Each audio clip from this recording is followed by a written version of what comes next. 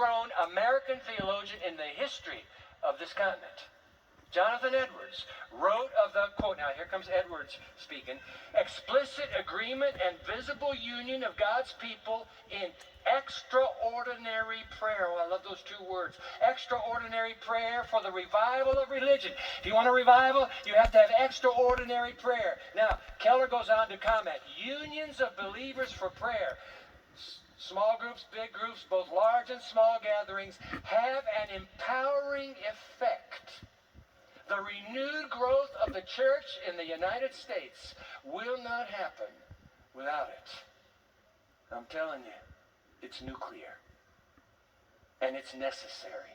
Absolutely nuclear and absolutely necessary. And do you know why it's absolutely necessary? Because prayer is the one weapon the enemy of us all cannot stand up against. Prove it to me, Dwight. Okay, I will. Satan cannot endure to have his powerful rival appealed to, for he fears and trembles before Christ's strength and majesty. Now get this, at the sound of fervent prayer, Satan's whole host trembles. We're in trouble now. We're in trouble now, they say.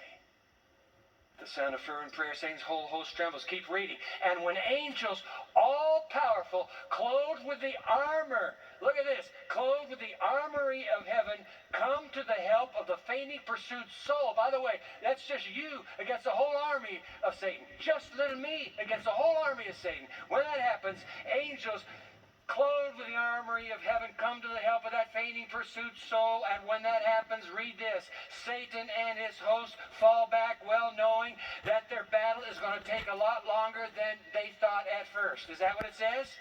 That this battle is going to turn their way eventually if they'll just stay at it. Is that how it reads? How does it read? That the battle is what? It is lost. It is lost. There's no argument, there's no debate, it's over. Out. And they obey. Doesn't matter whether you're young or not so young. You must engage this battle through prayer in the name of Christ Jesus. Kneeling down in your dorm room. Your roommate there, your roommate not there, it does not matter. You're in the dark. You're kneeling down. And what are you doing? You're asking Jesus to pour himself out upon you, to pour himself out upon your roommate, to pour himself out upon the guys across the hall, to pour himself out upon some friends in that other dormitory. In the dark, you're begging him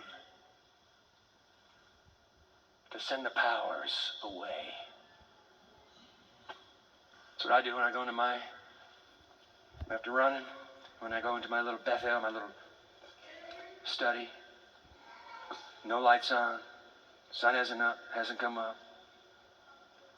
I just get down and start talking to God. And sometimes I use this phrase and I'll repeat it over and over again. Jesus, Son of David, have mercy on me. Jesus, Son of David, have mercy on me.